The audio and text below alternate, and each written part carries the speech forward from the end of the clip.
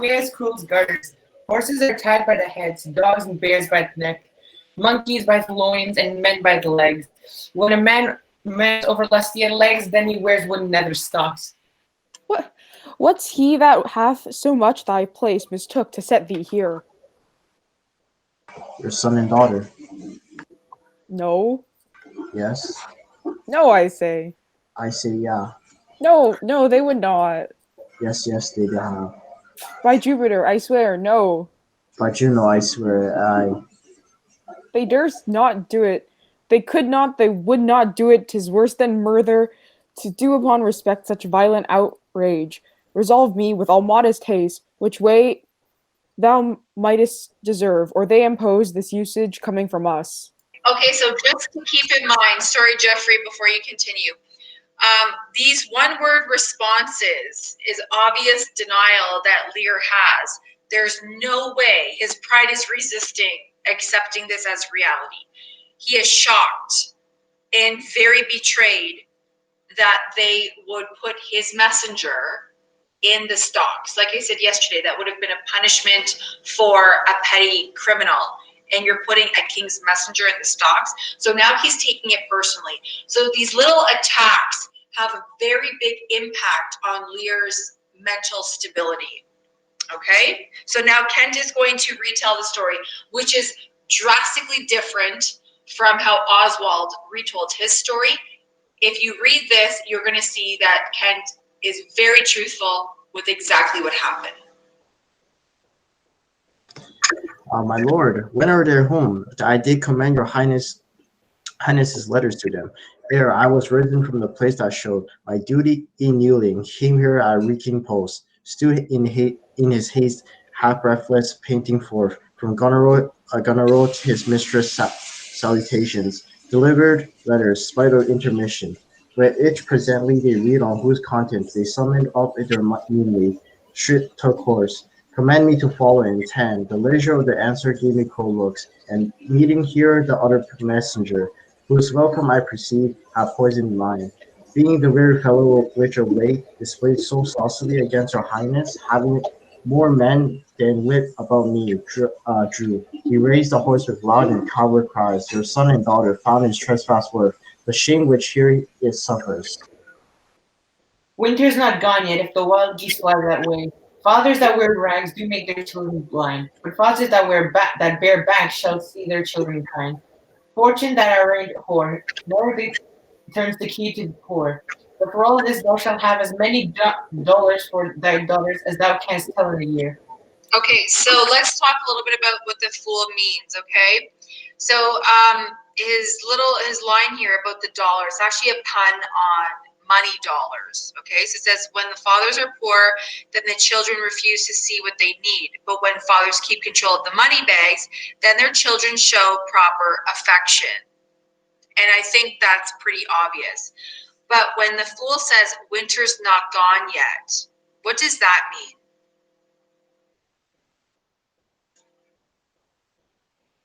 It's Like, very Game of Thrones for me. Winter's not gone yet. like the worst has yet to come? Right. That we are preparing for, this is not good. Right? So if Lear's power has been reduced, now his messenger is in the stocks. All of this is a blow to his ego, and it really shows him that he has lost control of everything. Okay, now I want you to know in this next passage here, when you're reading this, he references as hysterica passio. So I want you to look in the margins. Essentially, hysteria is like this made up disease that men thought that women suffered from, okay? Not really understanding some of like the emotional suffering that people can go through. And because men are stereotypically maybe not as emotional, they're more cerebral perhaps, you could say stereotypically, that it was considered to be a woman's disease, okay? So he is actually feeling physical pain, which is, he can feel building up in him. You may liken this to almost like a modern day anxiety attack is what he's feeling. So it says here, hysterica passio, commonly known as the mother, was the name given to an affliction characterized by a sense of choking and suffocation, starting from the heart and rising to the throat. It was thought to begin in the womb, was not suffered exclusively by women. So like in the 1800s, any woman who is maybe having these feelings considered like she's hysterical, it's hysteria, okay? They thought that it was an actual condition.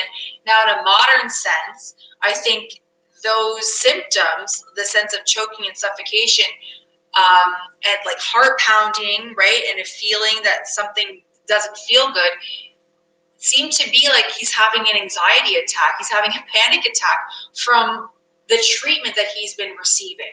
Okay, so just so you know when you're reading this, where he is like mentally. Oh, how this mother up toward my heart. Hysterica passio, down, thou climbing sorrow, thy elements below. Where is this daughter?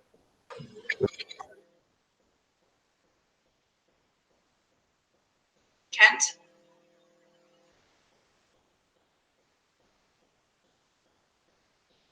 Oh, hello. Sorry about that. With ear, sir, here within. Follow me not, stay here. May you no more offense but what you speak of? None. How chance the king comes with so small a number? And thou hadst been set with stocks for that question. Thou'st well deserved it. Why, fool? We'll set thee to school to an ant to teach thee there's no laboring with winter. All that follows their noses are led by their eyes with blind men, and there's not a nose among 20 but can smell that stinking. Let go thy hold when a great wheel runs down a hill, lest it break thy neck with following. But the great one that goes upwards, let him draw thee after. When a wise man gives thee better counsel, give me mine again. I would but have none but knaves follow it, since a fool gives it. That sir which serves and seeks for gain, and follows but for form, will pack when it begins to rain, and leave thee in the storm. But I will tarry, the fool will stay, and let the wise man fly. The knave turns fool that runs away, the fool no knave free. Okay, so let's talk a little bit about the idea of the ant. It's one of the Aesop's fables. So it says here, in Aesop's fable, the ant labored all summer to provide for winter. It is now the winter of Lear's fortunes, and those who worked for him when it was summer have deserted him. So even the fool says to Kent, and there's the image of the wheels there. Let go thy hold when a great wheel runs down a hill, lest it break thy neck with following it.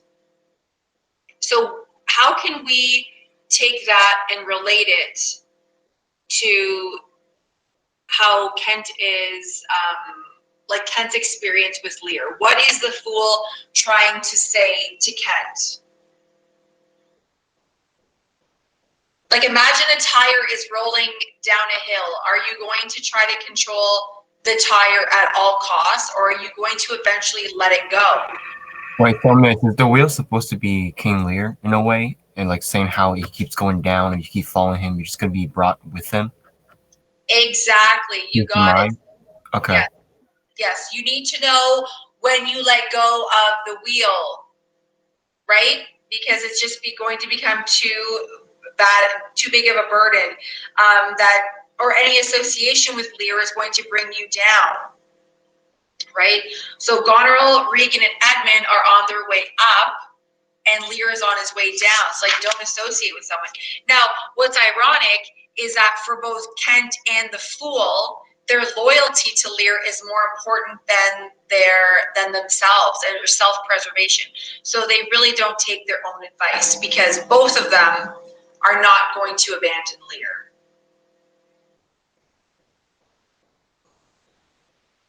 So Kent, when you're ready. Sorry. Where did you learn this, fool? Not a stocks, fool. Deny to speak with me. They are sick, they are weary, they have traveled all the night. Near fetches, I, the images of revolt and flying off, fetch me a better answer.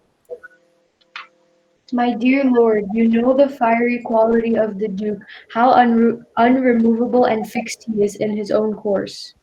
Vengeance, plague, death, confusion, fiery, what quality? Why, Gloucester, I'd speak with the Duke of Cornwall and his wife.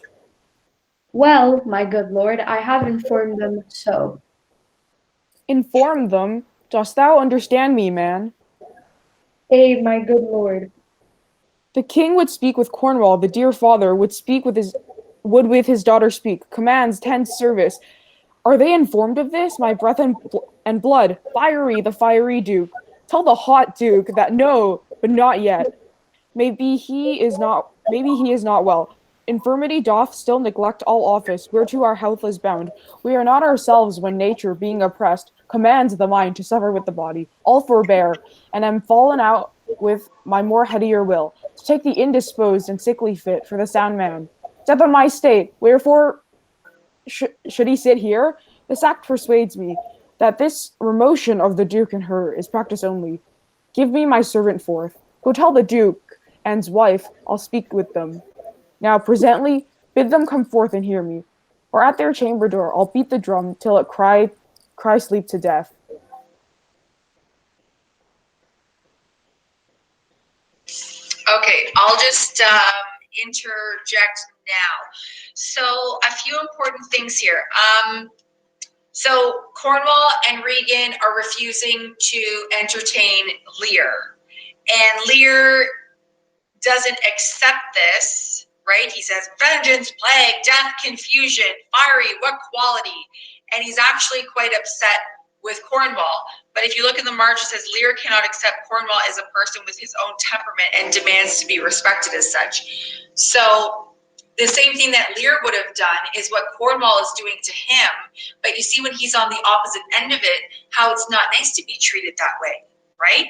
And he does say to, or Gloucester says, I have informed them, which sends him into more of a tailspin. Informed them?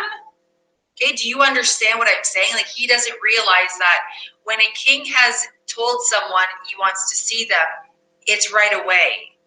And he's like, I let them know. And Lear is shocked that they haven't reacted immediately by coming to see him.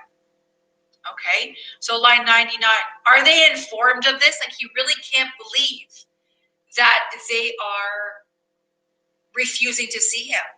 He really can't believe that his position has been altered, right? And he really can't believe that this is the treatment that he's receiving.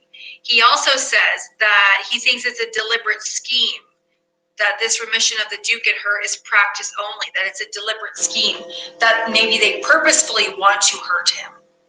Okay, so this is becoming very difficult for Lear to deal with, especially when no one's going to come talk to him. Okay, so Gloucester. I would have all well betwixt you. Oh me, my heart, my rising heart, but down. Cried Twidnuncle as the cockery did to the eels when she put them this pace alive. She nabbed them with, oh God, this is hard to read, with coxcombs with a stick, and cried, down, wantons, down. 'Twas her brother that, in pure kindness to his horse, buttered his hay. Okay, hold on 1 second.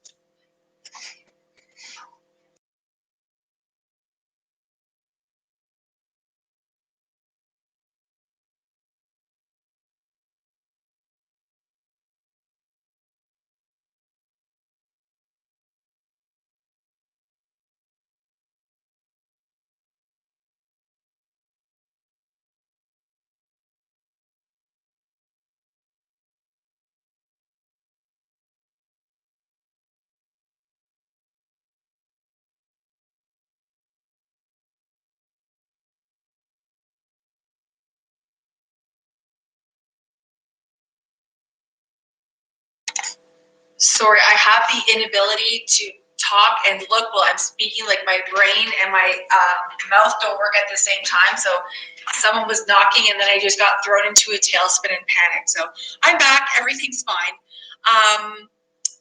Okay, let's talk about this very confusing, like the Cockney, the eels, what's going on.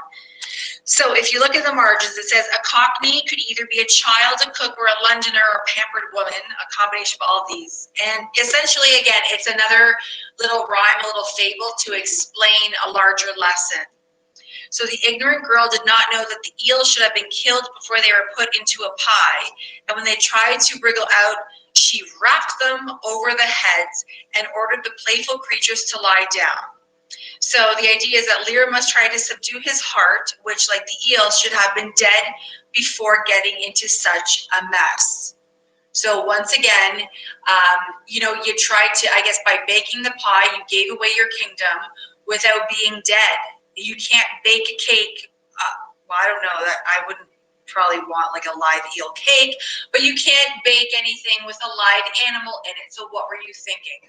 So again, don't give away your kingdom if you're not able to deal with the consequences of what you've done, of the mess that you've created. Okay, so now Gloucester, Cornwall, and Regan and servants are finally going to address him. Good morrow to you both. Take your grace.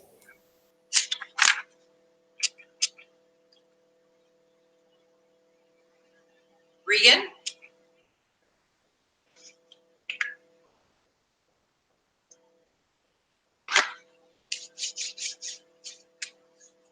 Do we have a Regan?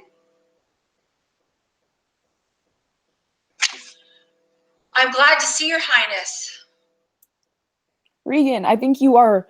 I know what reason I would have to think so. If thou shouldst not be glad, I would divorce me from thy mother's tomb. Sepulchring and adulteress. Oh, are you free? Some other time for that.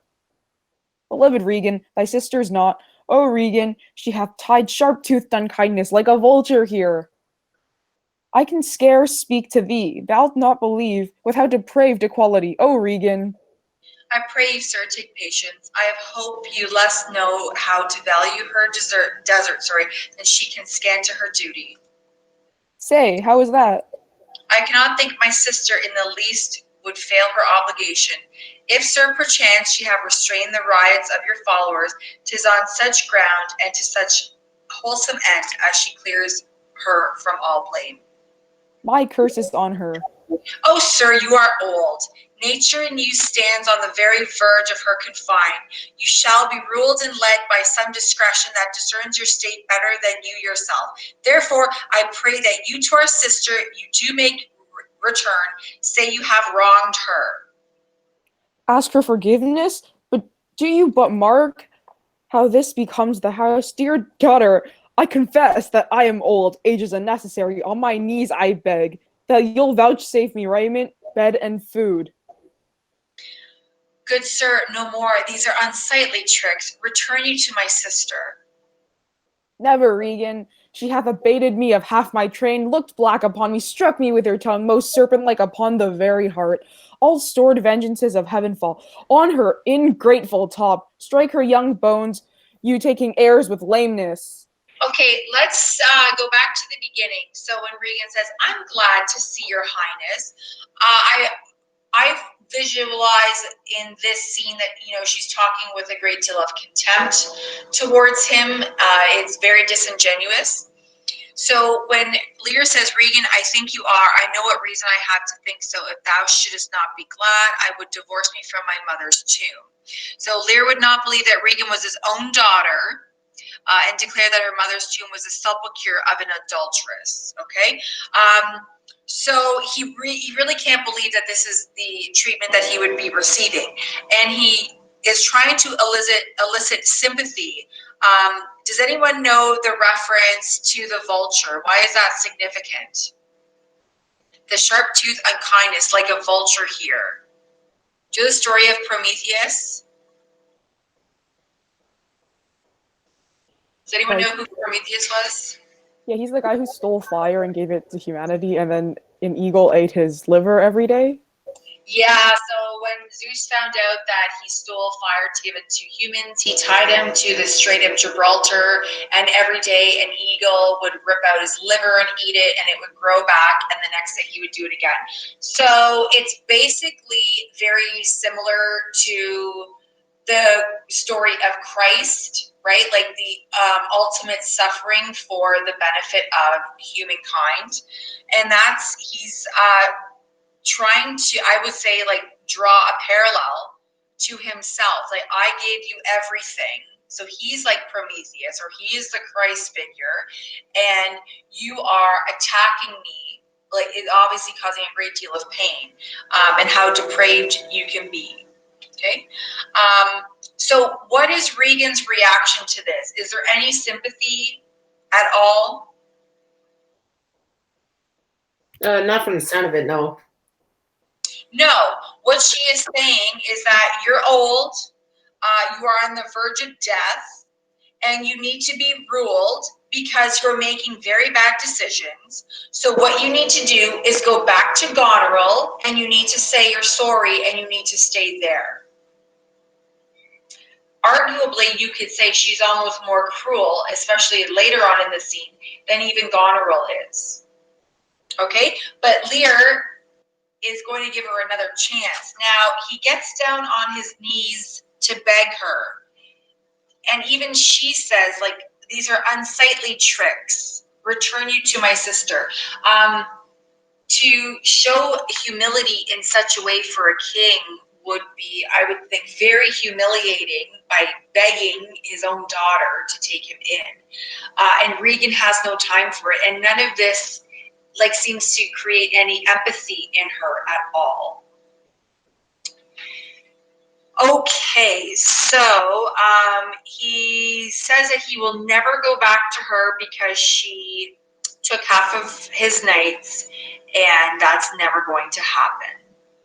So let's carry on. Cornwall? Fie, sir, fie. You nimble lightnings, dart your blinding flames into her scornful eyes. Infect her beauty, you fen-sucked fogs, drawn by the powerful sun to fall and blister her. Oh, the blessed gods. So will you wish on me when the rash mood is on? No, Regan, thou shalt never have my curse. Thy tender-hefted nature shall not give thee o'er to harshness. Her eyes are fierce, but thine do comfort and not burn. 'Tis not indeed to grudge my pleasures, to cut off my train, to bandy hasty words, to scamp my sizes, and, in conclusion, to oppose the bolt against my coming in.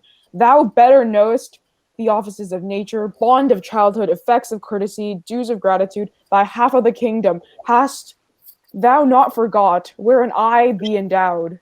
Good sir, to the purpose. Who put my man in the stocks? What trumpet's that? Okay, before we turn the page, Lear seems to be reminding her of, like, you seem to be getting the offices of nature, bond of childhood, effects of courtesy, dues of gratitude. Don't you remember I gave you half my kingdom? Have you not forgotten about that? Aren't you going to show me some duty to your parents, some good manners? And she says, get to the point. So there's really no tolerance. She has zero tolerance for Lear whatsoever. Okay? They want to know who put Kent in the stocks, and conveniently, there's a trumpet, and guess who's arrived on the scene? Goneril. Now, can someone please, who was Regan? Because I would like to be able to focus on what I want to talk to you about. And when I'm reading, I can't focus as much. So I thought, Ryan, were you going to be Regan? I'm Goneril. Oh, okay. Who can be Regan? Sorry, miss. I thought it was Goneril. Okay, so how about you can be Regan and Ryan will be Goneril, if that's okay. Yes. Perfect, thank you.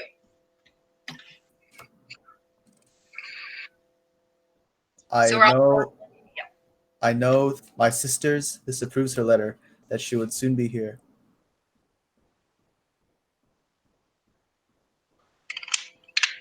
You also have that last Did your line. lady come? This is a slave whose easy borrowed pride dwells in the fickle grace of her he follows. Out, varlet, from my sight. What means your grace? Who stalked my servant? Regan, I have good hope thou didst not know on't. Who comes here? O heavens, if you do love old men, if your sweet sway allow obedience, if you yourselves are old, make it your cause, send down and take my part. Art not ashamed to look upon this beard? O Regan, will you take her by the hand? Why not by the hand? How have I offended? All's not offense and indiscretion finds, and dotage term so. O sides, you are too tough. Will you yet hold? How came my man in the stocks? Okay, so I want to point out a few things. Now, at this time, line 190, a man's beard would have been a sign of his age and reverence. So if you wanted to insult a man, like he's saying, are you looking me in the beard? Like you should look at me as being old and reverent and knowledgeable. If you wanted to insult an old man, you'd actually pluck his beard. So like rip hair from his beard to show disrespect. Lear says on line 194, "O sides who are too tough, will you yet hold?" And what he's actually saying is Lear wonders why his chest is not split open to release his breaking heart. Like, if that doesn't kill you, oh man, like he is just completely heartbroken and shocked by the treatment he's receiving from his daughters. And like, I mean, am I the only one feeling really bad for him at this point? I'm hoping that you're also picking up on some of these things. Okay, so now we have to get down to the issue that Lear will not let go. Who put Kent in the stocks?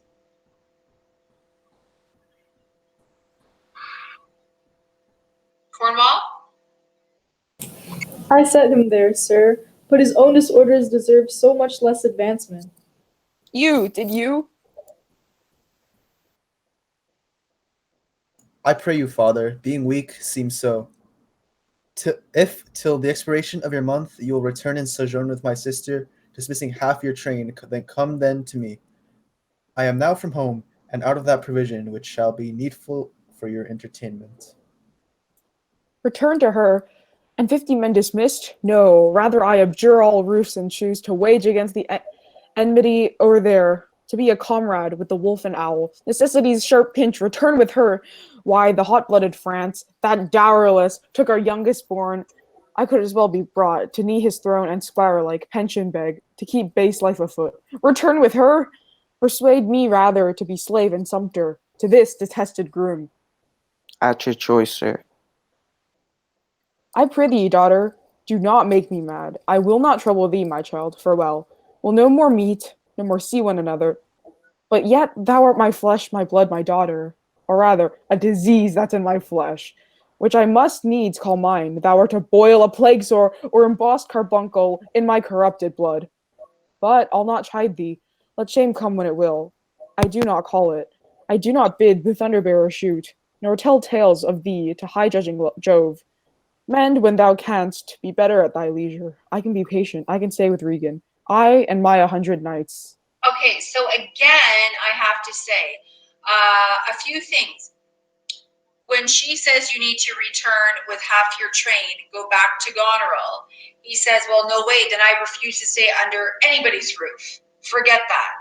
I would choose to be homeless than accept Goneril's charity. So at this point, like, it's done. He's done with Goneril. There's no way it's going to happen. He also hates Oswald too. So it's not going to, what he actually says too is that he would rather, pledge allegiance to the King of France, for God's sake, than to go be with Goneril. And you know that the King of England would obviously never surrender to another country. That's kind of like the whole point of being a king. He also says, do not make me mad. So it goes from feelings of, I think I'm going mad, don't make me mad, and then eventually, I am mad. So that is a progression. But then, when you start to feel bad, then he says these awful things that these daughters, I guess he's not wrong, but they are a disease in his flesh, that they are like a swollen boil in his skin. And just really awfully dreadful things. Then he says, well, then fine, I'll stay with Regan and my 100 knights. So he's going back to the knights, and now not the 50, the 100 knights.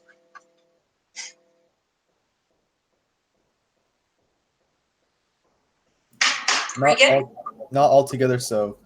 I looked not for you yet, nor am provided for your fit welcome. Give ear, sir, to my sister, for those that mingles reason with your passion must be content to think you old, and so. But she knows what she does. Is this well spoken? I dare vouch it, sir. What, 50 followers? Is it not well? What should you need more? Yeah, or so many sit that both charge and danger speak against so great a number. How in one house should many people under two commands hold amity? 'Tis hard, almost impossible. Why might not you, my lord, receive attendance from those that she calls servants, or from mine? Why not, my lord? If then they chance to slack ye, we could control them. If you will come to me, for now I spy a danger. I entreat you to bring but 5 and 20, to no more. I will give place or notice. Okay, so she's actually making kind of a good point. Like, how can you have that many knights under two commands? It's going to be almost impossible for us to remain friendly. Don't forget, they're going to have their own knights, their own armies, right? Like, how can we have two sets of knights under two commands and maintain friendly relationships? It's impossible, Dad. It's not going to happen, okay? Then she says, well, if for any reason they don't perform their duty, we'll have a problem with that. She's like, you know what? Okay, you want to come to me, you can have 5 and 20, which is actually 25, to no more will I give place or notice. So not only is he's not able to have 50, but if he goes with Regan because he's refusing to go with Goneril, she is going to reduce it further to 25 knights. I gave you all.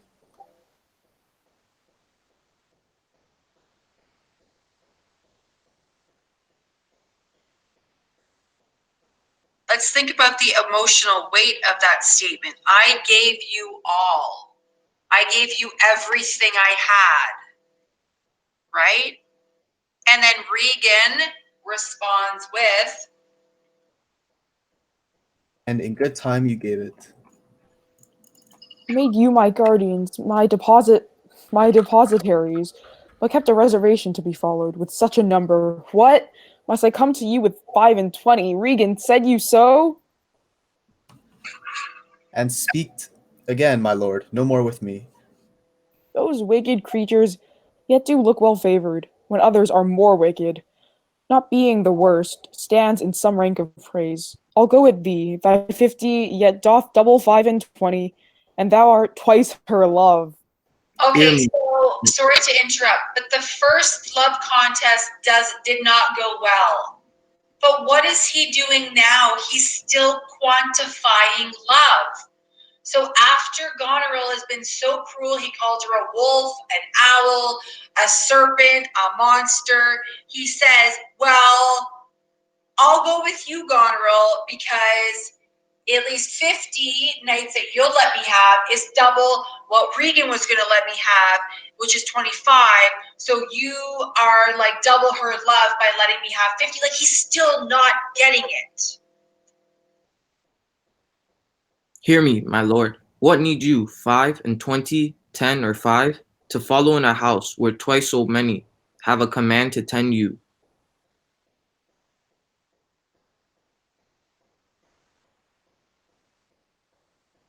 Regan? Sorry, miss. Where were we again? Line What need one? 60. What need one? Oh, reason not the need, our basest beggars, are in the poorest things superfluous. Allow not nature more than nature needs. Man's life is cheap as beasts, thou art a lady, if only to go warm were gorgeous. Why, nature needs not what thou gorgeous wearest, which scarcely keeps thee warm. But for true need, you heavens, give me that patience, patience I need.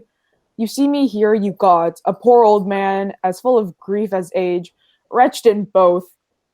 If it be you that stirs these daughters' hearts against their father, fool me not so much, and bear it tamely. Touch me with noble anger, and let not woman's weapons, water drops, stain my man's cheeks. No, you unnatural hags, I will have such revenges on you both that all the world shall. I will do such things. What they are, yet I know not. but they shall be the terrors of the earth. You think I'll weep? No, I'll not weep. I have full cause of weeping. But this heart shall break into 100,000 flaws, or ere I'll weep. Oh, fool, I shall go mad.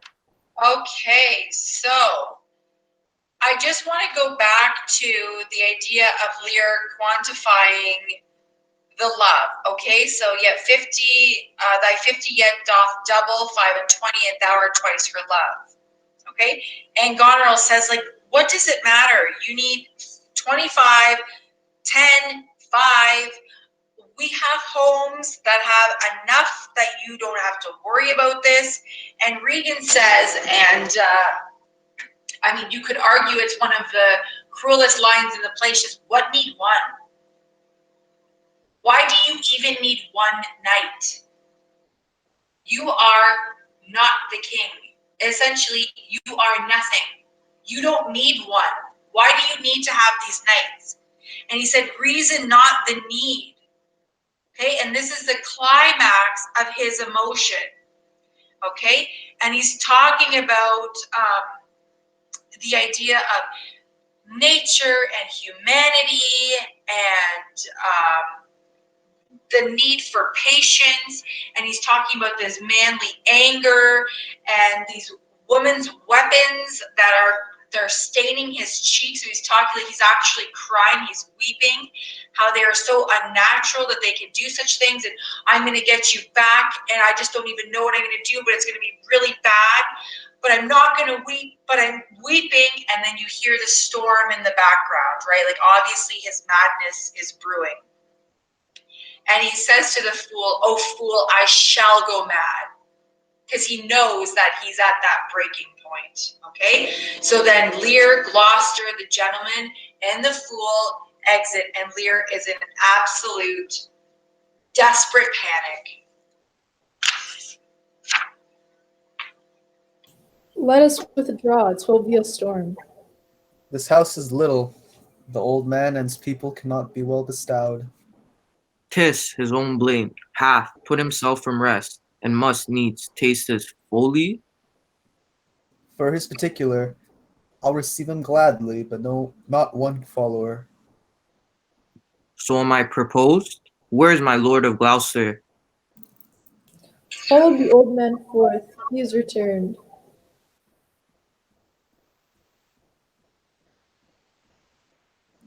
Gloucester? I don't think there's a Gloucester. Yes, it's me. Is it the second last line of the page? Yes. Okay, the king is in high rage. Whither is he going? He calls to horse, but will I know not whither. 'Tis best to give him way, he leads himself. My lord, entreat him by no means to stay.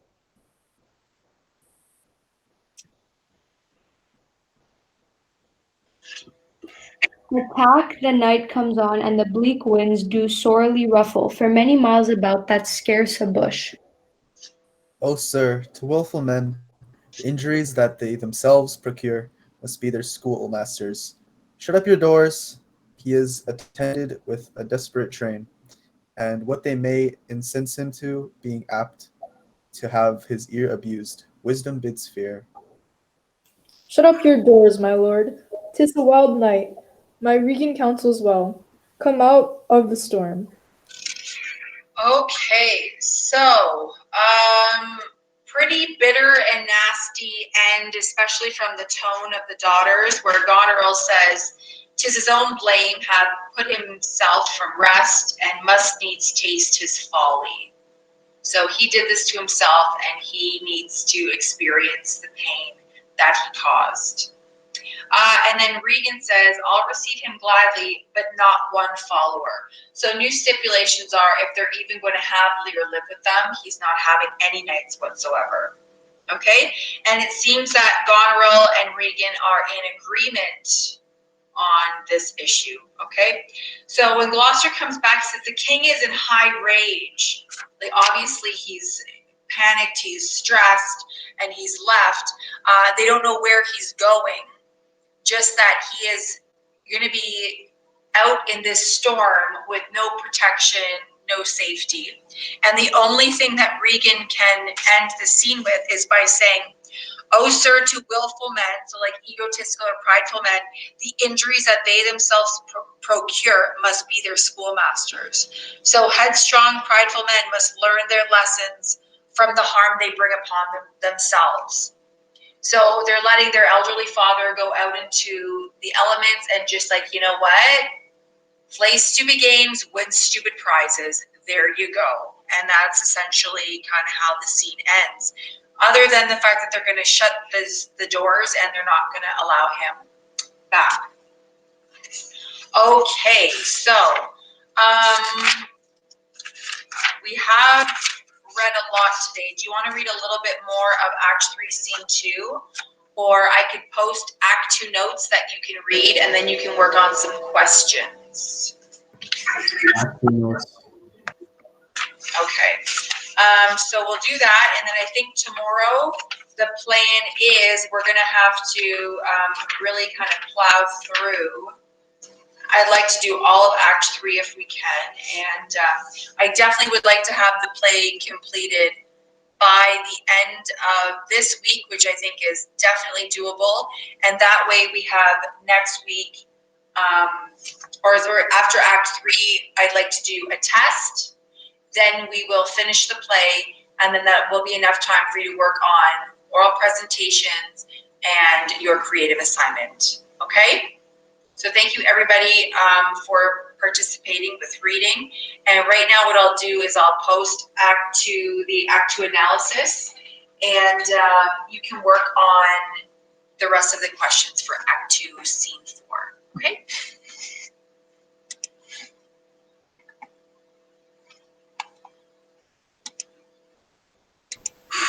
One minute.